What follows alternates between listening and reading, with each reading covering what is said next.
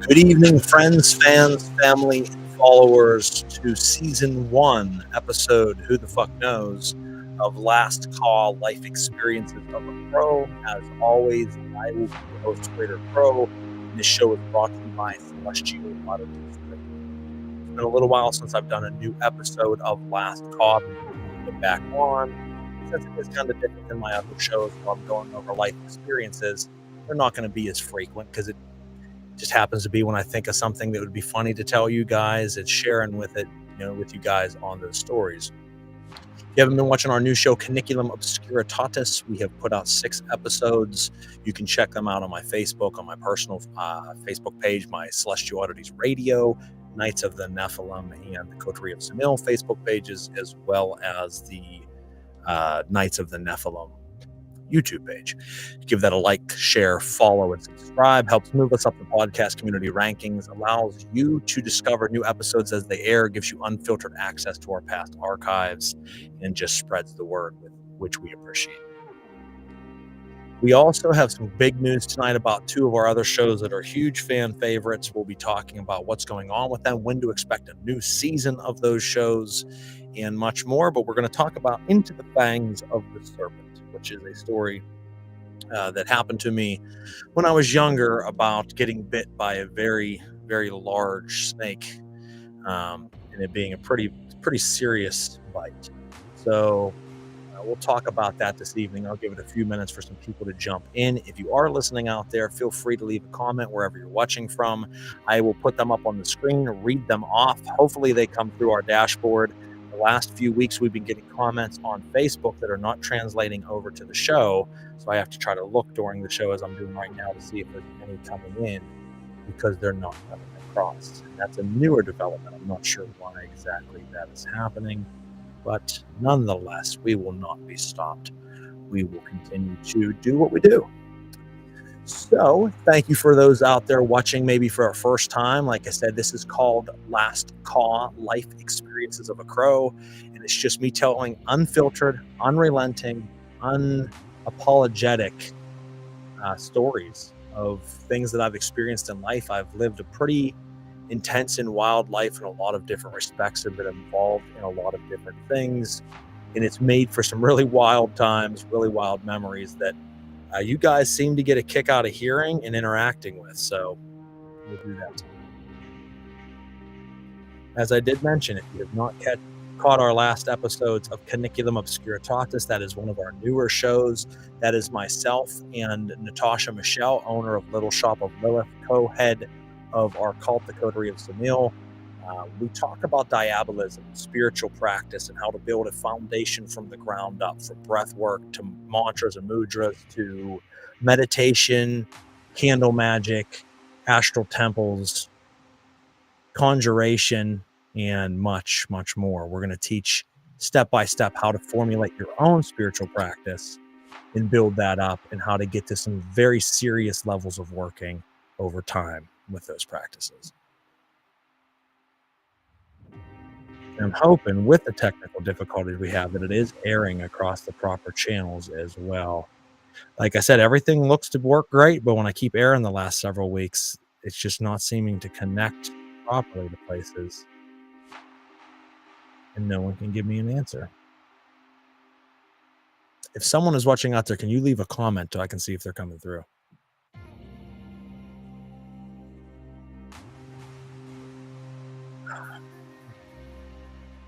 Tonight's beer of the night, Great Lakes.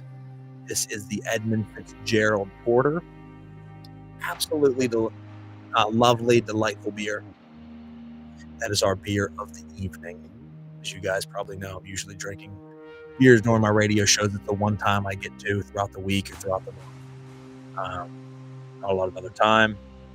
I usually try to mix it up with different beers, and tonight is Great Lakes. Still not seeing any comments, so I don't know if people are seeing it or not. But we're going to go ahead and get started nonetheless. And tonight's story I titled Into the Fangs of the Serpent. And what this is talking about is, when I was younger, I was kind of one of the creepy kids who had... Oh, there you go, Dark Rhino. Thank you, brother. I appreciate it. Like I said, we've been having all kinds of connectivity issues. When I was younger, I was the creepy kid who had tarantulas, and scorpions, and lizards, and serpents, and I don't know, I just always was drawn to the weird and obscure, and had a few different snakes as a child growing up. But I had, at one point in time, or should I say my brother had, an 11-foot long Burmese python. And I want people to think about that for a minute, because an 11-foot long snake is absolutely enormous. We're talking a snake that's this big around. We're talking a snake that is 11 feet long. It has a lot of weight to it, a lot of strength to it. And we have this Burmese python as a pet, loved it, and had it for a few years. And the first couple years, not a problem. I mean, you'd feed it rats once a month, and started getting to more and more and more, wanting more because it was getting bigger, and just grow into a very healthy size. And at that time, I saw nothing wrong with people owning, pets that exotic or that big. Later on in life, I kind of look at it a little differently, because things can change very quickly in the blink of an eye, as we know. When you have a very serious animal, it can get very serious very quickly. So it was the size of a snake that I could walk out of the house holding it on my shoulder, and it would drape down both sides. And it was a town stopper. Every time I would come out of my house carrying this thing outside in front of the house, cars would stop on the road. They would come over and get pictures with me. They would just want to see it and be close to it, because they'd never seen a snake that big in real life other than at the zoo. And it became a very big thing. Once a week or once every other week, I would come outside and just stand on a random day, and all these people would stop and come check out this enormous Burmese python. And a lot of kids, a lot of other people came up and touched it, and he was friendly, never hurt a soul. There was a girl that was in town that was terrified of snakes, absolutely terrified. And one day her sister comes, and I think it was her sister or her best friend. I can't remember. It's been a long time. And she asked, "Can we come and see your snake?" I talked my friend into holding it. She said she'll finally do it. And this is like her biggest fear. No problem. Come on in. We'll go in and we'll get them out, and you guys can hold them.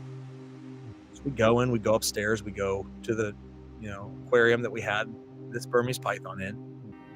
And just like a million other times before it, I opened up the lid of the cage. I reached down in, and I just rubbed his back real quick to let him know I was there, in case he was sleeping or anything like that. And then I could grab him and get him out. Now, it happened to be during a stage when he was shedding. And I didn't know better then that when they're shedding, just leave them alone. They have a film that grows over their eyes, and they can't always see very well, but they can still smell, amazingly. He had ate that morning a large rat. So he most likely was sleeping. I reached in and touched his back. He woke up but couldn't see. He took a sniff and smelled rat, and he just turned and latched right in. It was this arm right here. He latched into this arm and then started to pull me into the aquarium. Now, you're talking about a snake that's 11 feet long, that weighs about 100-some pounds, and it's pulling me down into the aquarium, and I'm only at the time like 12. So, big, serious deal.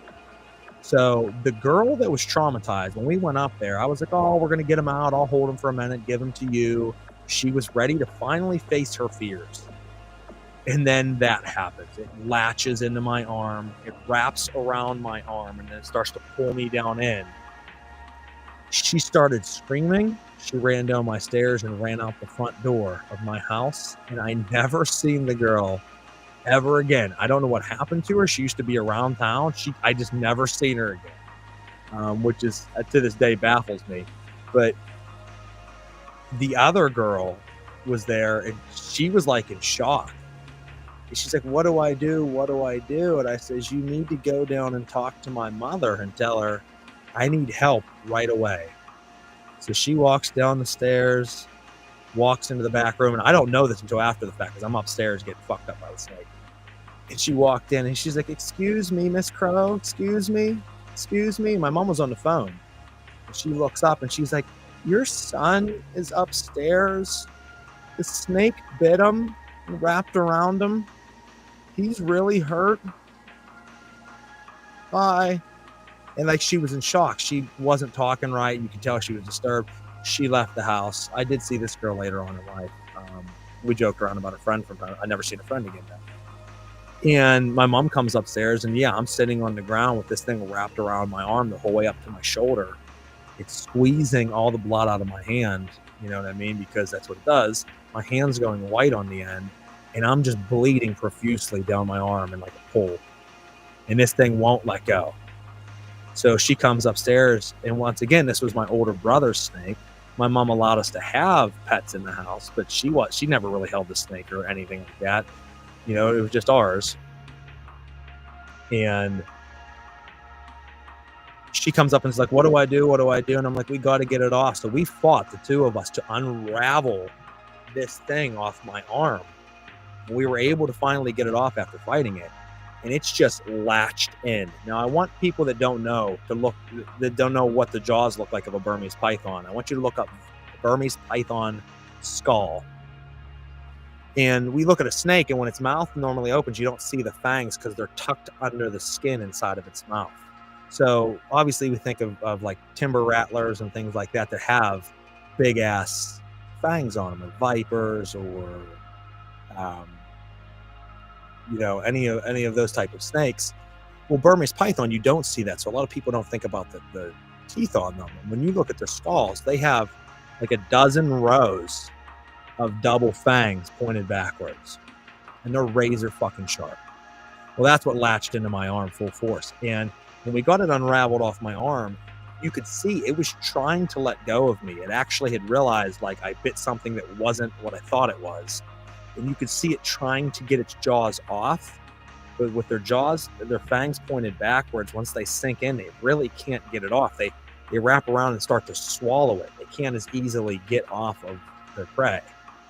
So now we had this snake on me. My mom had to call my father. They were divorced, and he had to come down from his place to help get this off. And we had to take screwdrivers, and one under each jaw, had to physically pry its jaw out of my arm and get it off. And it's a story that I wanted to share with you guys because it's a crazy one. Maybe it doesn't sound as crazy as it was being the person that it happened to.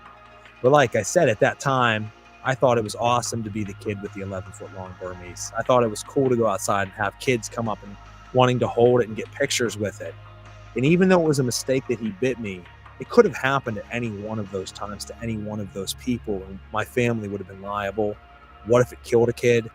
You know, those thoughts came into my mind afterwards. Like, wow, this isn't a joke. You know, this snake could have killed me. If my mother wouldn't have been home at the time, the one girl ran off screaming. The other one was in shock and couldn't really operate. We didn't have cell phones at that time. So my only hope would have been to get to the regular phone, but one of my arms being weighed down and drained, that could have been the end of me at 12 years old. Now, it's funny that I would grow up to worship serpents. I think back on that as well, being bit by one of the biggest fucking snakes you could ever come across. And then growing up to worship the Caw-Life, which is the embodiment and epitome of serpentine worship. It is kind of funny in that regard. But let me know in the comments if you've ever had a attack by an animal of any time. I've been bit by a dog pretty bad once too, but nothing like the snake. The snake fucked me up. My arm was jacked up for a couple months. Had to take real special care of it so that it didn't get infected, because those teeth, once again, the snakes' mouths are pretty dirty. So pretty wild time, guys. So the weirdest thing in the world, Dark Rhino, there barely is any scar. If you look at my arm now, you can't see it anyway because all you're going to see is tattoos. But there was some puncture wounds, like some circles, just little dot, dot, dot, dot, dot, dot for a long time. Over time, it went away. I mean, there was only very, very faint visibility of the puncture wounds. And then I've had ink for a long time, so I wouldn't even be able to find them now. They literally are gone. But it didn't really rip my arm up that bad. So instead of it being like a dog, when I got bit by the dog and it yanked its head back and forth, it ripped my flesh up. This is different. This is like just taking needles and jamming them into your arm, big needles. It doesn't leave a whole lot of scarring. Hurt like a fucking bitch, though. Let me tell you that. I'd been bit by like rat snakes or what people call them black snakes, gardener snakes. I've been bit by ringnecks and some other things like that before. Because I used to catch snakes in the wild and like go flip rocks and find them and catch them, hold them, let go of them. I was the one catching all kinds of bugs and shit. So I've been bit many times by just smaller snakes. No big deal. Feels like a bee sting. Let me tell you, this one didn't feel like a bee sting.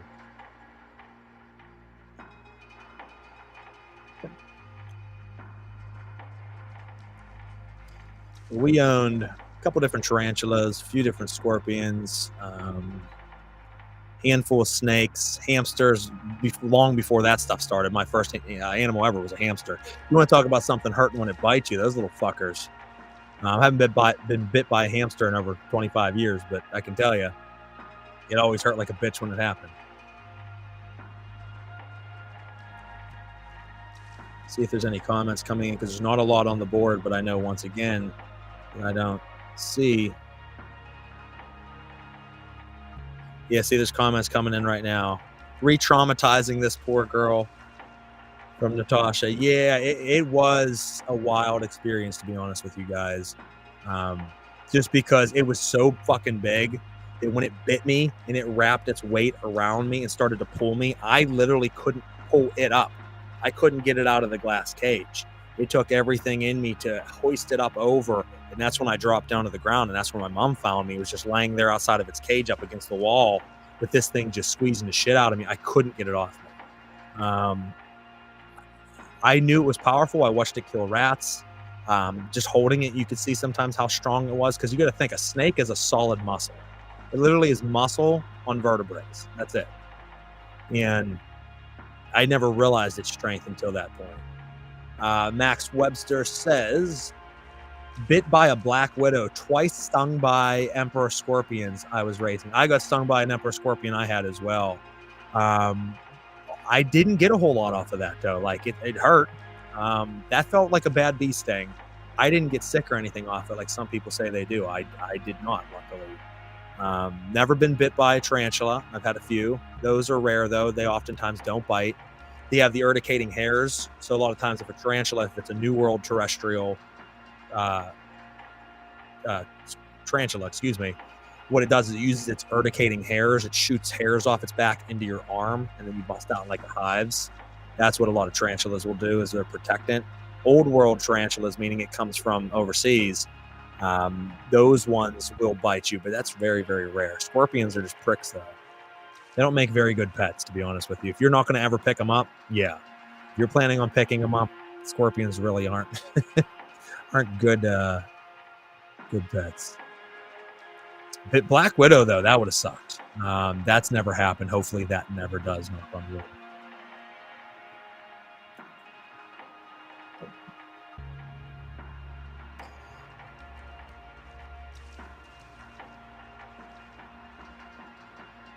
Rayleigh says, hi, everyone. Well, hello, sister. Thank you for joining us this evening. Tara says, hey, Crow. Hey. Amber says, hey, Frater. Hey, what's up, Amber? Welcome, guys. Thank you for tuning into the show this evening. We're doing Last Caw, so it's just us sitting and bullshit and telling about some stories, some crazy-ass times. If you guys have any questions on any experiences or bring up experiences that you think I might have had and you want to hear about them, let me know. I love telling stories of the things that have happened.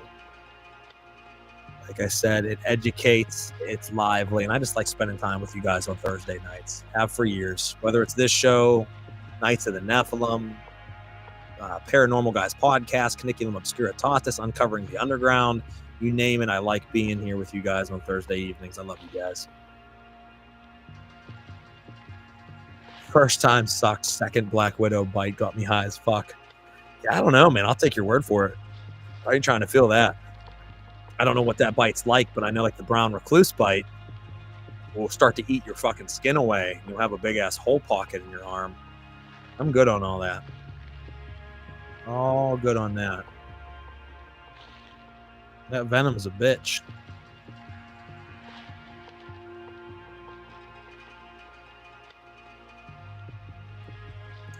Trevor says, my daughter's boyfriend was bit by a black widow last week. He got sick from the anti-venom. Oh, so he got sick from the anti-venom, maybe rather than the venom. That's interesting.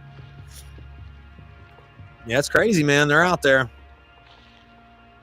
If you're in another state or another country, let us know what kind of really poisonous animals you have out there. You know, like here in Pennsylvania, we have the rattlesnake, the diamondback rattlesnake. We have the black widow. We have brown recluse. We have wolf spiders. We have what am I trying to say here? I'm going blank for the moment. God damn it. I'm like losing my mind.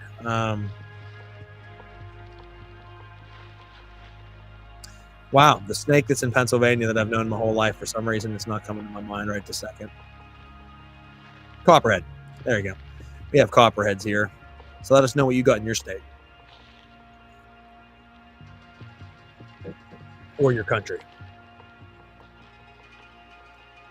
Man, some of the places out there got some wild ass animals I do not want to be fucking with.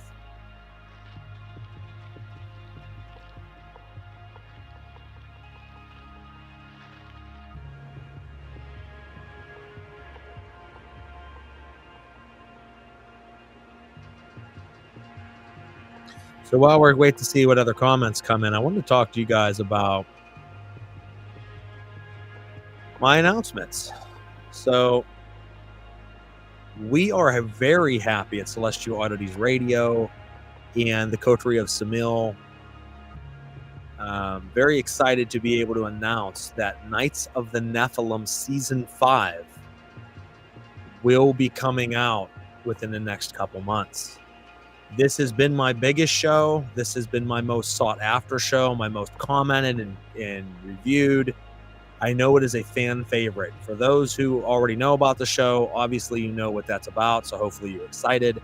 For those that are listening that it might be new to you, Knights of the Nephilim is a show where we bring on world famous occultist authors, practitioners, theologians, and just bring them onto the show. We talk with them. We have discussions. We do kind of a mixture of interview and discussion. So we find out who they are, how they got where they're at, but also what is it that they write about or do? How does that affect their world and their life?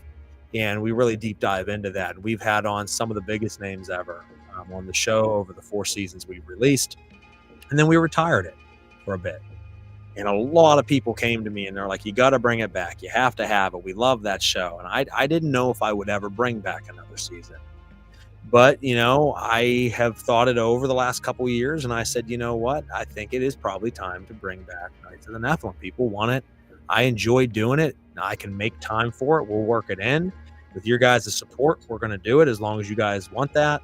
And we are coming back with a season 5 of Knights of the Nephilim. So stay tuned. We're going to have a lot of big named guests on, talking a lot of occultist and esoteric doctrine. So please tune into that. We are also very happy to announce the booking of the 5th season of Pair of Normal Guys podcast with Daniel James and myself, where we bring on guests and we talk about the paranormal and supernatural. Other episodes, we just do super deep dives into specific, happenstances that have happened, different conspiracy theories, and just a lot of different paranormal events that have happened, and talk about them. And then we have a third part to the show where every once in a while we do call-in episodes where you can call in from all over the world, tell us your experiences with the paranormal or extraordinary, and talk about that. And people are very, very happy to hear that we're bringing that back. We've told a few folks already that are pretty excited. That was another fan favorite in the paranormal realm. So new Knights of the Nephilim season 5, and new Pair of Normal Guys season 5, all coming to you within the next few months. Keep eyes out for that. New episodes of Caniculum Obscuritatis, and from time to time still an episode of Last Caw. Max said, I used to jam with a guitar guy in the Fresno Folklore Society that lost most of his left hand due to a brown recluse. He used that thick medical tape to keep a guitar pick in his hand. Damn, yeah. The brown recluse is no joke. A girl on my paranormal team got bit by one during one of our investigations, and we didn't know it. It was only after the fact when she was thinking back, like, when the hell did I get bit? We were at a location, she felt something bite her, and it was like a week later that she started having, symptoms of this bite. And first didn't kind of connect one and one together, because it was a week before, and then realized, you know what? No, you got bit in that old ass fucking abandoned building that we were investigating for a paranormal outing, and it ate a little hole in her leg, which is crazy. So luckily she caught it when she did, but them things are fucking crazy. And the thing is, they're prevalent. Brown recluses aren't that uncommon here. You can go out of the woods and find one pretty easily. Tara said, hell yes, dude, that's awesome. And that's pertaining to Knights of the Nephilim and probably more so Pair of Normal Guys with Daniel. Absolutely. We're excited to bring that news to everybody. It's going to be great new seasons. We did 4 seasons of both of those shows. I mean, between Knights of the Nephilim and Pong, I would say we probably released well over 100 episodes of radio. I'm just there alone. So Dark Rhino says, hell yeah, been hoping Knights of the Nephilim would make its return. Well, brother, it is. We already got some pretty awesome fucking people lined up for the for the return season. So I'm really excited to name some of these names. Some of them are return guests that I'll have on time and time again, just because they are phenomenal authors, phenomenal people to spitball ideas with. And we're having some return people. We'll be having some new people on. It's going to be a very, very exciting season, and I'm very happy to share that with everybody. But if there's anybody you want to specifically see within the occult community, let me know. And if they're not already lined up, then I would certainly be happy to consider having them on.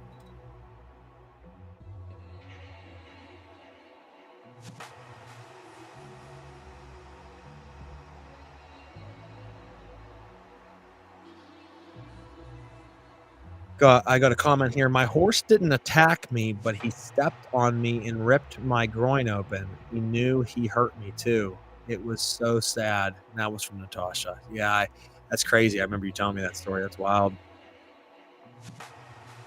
And that would fucking hurt too, because a horse weighs a shit ton. And I mean an actual shit ton. Rayleigh said awesome to the new shows coming up. Absolutely. I'm very, very stoked.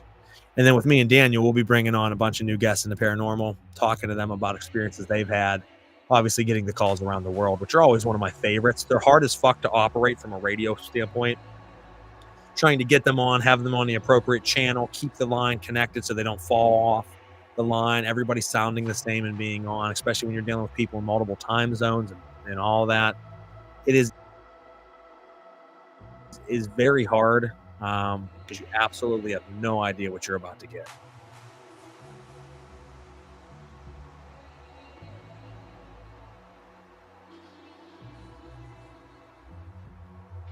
Other than that, this is all I really had to talk about tonight. If anybody has any questions or anything, you can drop them. If not, we don't have to stick around too long in this one. It can just be a very short episode. It was more or less tonight. I just wanted to jump on and kind of just bullshit with you guys.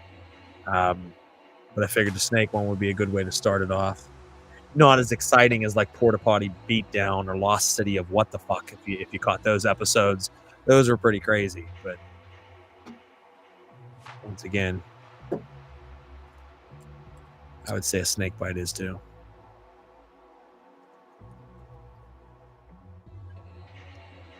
That is delicious.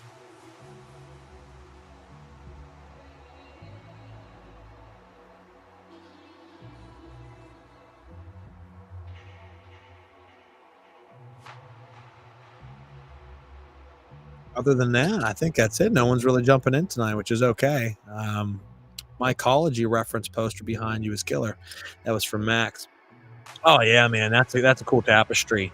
It goes over all the different varieties of the genus of Amanita muscaria fly agar toadstools, which is something that always stood out to me. Obviously, right there, um, you're going to have what is so often known in all video games and cartoons and movies and comic books and references and commercials, because it just became one of the most famous symbols for mushrooms ever. Even the emoji has it on your phone. And people call them magic mushrooms, but what's funny is the fly amanita muscaria or fly agaric or amanita muscaria mushroom isn't a magic mushroom. A magic mushroom is psilocybin mushrooms that contain psilocin and psilocybin. Those are magic mushrooms, which you generally think of. These are of a completely different chemical compound. Amanita muscarias have muscimol and ibotonic acid in them. Completely different components, gives you a completely different feeling if you were to consume them. This is a euphoric, not a euphoric, a delirium rather type of mind state compared to a hallucinatory mind state. And these can really fuck you up in like a health way if not prepared properly. But ones like this one, right? It's weird pointing behind me. This one right here, if you eat that, you're just dead. Just over with. So always been fascinated with mycology and mycelium.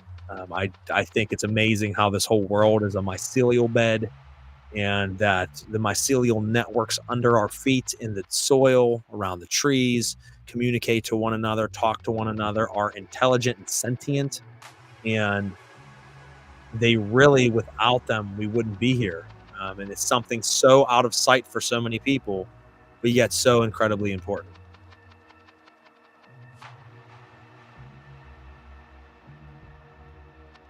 Yeah, muscimol. Yep, that's what I said. I don't know if you caught that or not. And it's a weird feeling. It is legal. That is not illegal, to my knowledge, at least not here. I don't know about other places, because it's just a wild mushroom and it's not the same as like psilocybin. But if you break it down properly, it puts you into a delirium, and it has been used since the dawning of time for a deliriant to be used in ritual. It is part of a lot of flying ointments that were used by pagans in witchcraft rituals to dance with the devil in the pale moonlight. We talked about this on other episodes before, but if you break down the fly agaric toadstool, if you break down different nightshades, if you're breaking down belladonna or datura, and you're putting them into an ointment or a balm, you can use that as a flying ointment to put yourself into certain mind states that once you're conjuring beings, it helps you tap in. People make the common misconception that by using a hallucinogen that you are imagining more during your ritual. What you will find is by doing ritual in a proper order, discipline, with the use of entheogens and plant allies, it will actually help you cross boundaries into other dimensional states of being. And what you're experiencing is not simply hallucinations, it is tapping into worlds that other people are just not simply seeing. And the way you can say that is you're bringing back actual information. If it's just an experience, it's just an experience, and you can't say on it. When you're coming back with additional information that you shouldn't otherwise know, you're tapping into something beyond what you were prior to that moment. And it will help you do that. Now, sidebar, folks, I am not promoting the use of any type of entheogen or plant ally. I am just speaking the knowledge of them. So don't go out and do anything you shouldn't be doing. And if you do, it had nothing to do with me.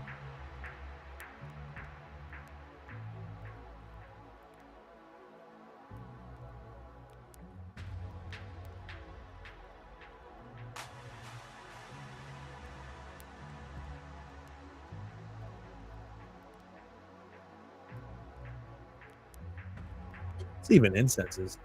Different incense compounds that you can mix together that don't do like a hallucinatory effect, but simply combining different plant material to make certain varieties of your own homemade ritual incense can open up channels of your mind that you normally can't tap into.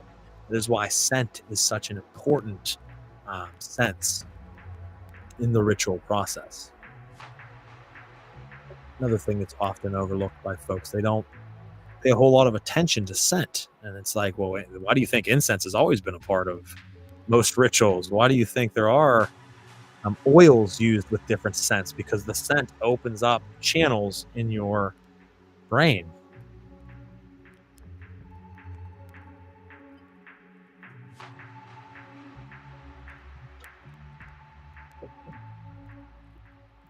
Stick around for a couple more minutes unless some more comments come in. Jump off here. I appreciate you guys tuning in this evening, kicking it with me for a little while, dropping comments, showing love. Next week, Natasha and I will return with the next episode of Caniculum Obscuritatis. I will have more updated information on Knights of the Nephilim and Pong, hopefully within the next few weeks, hopefully by the beginning of May. I don't have start date yet, but I would like to start Knights of the Nephilim in June. That is my plan, if I can pull it off by then. If not, July for sure, but June is my start date.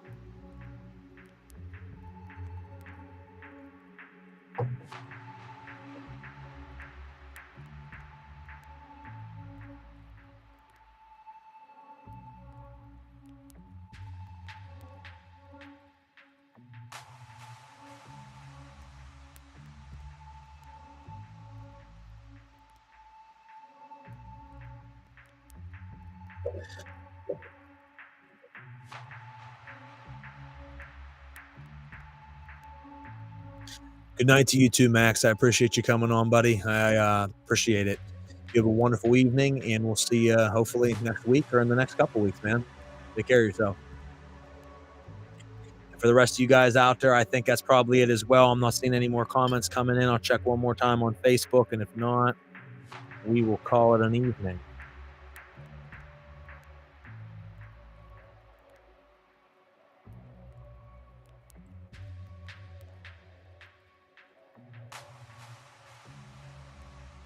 Nope, checked a couple of the pages. It looks like we're all clear. People must be busy tonight, catching up on some sleep. All right, guys. Well, listen, love you. Be safe this evening. Be safe this weekend. We'll catch you next week. Celestial Oddities Radio, Frater Crow, signing out.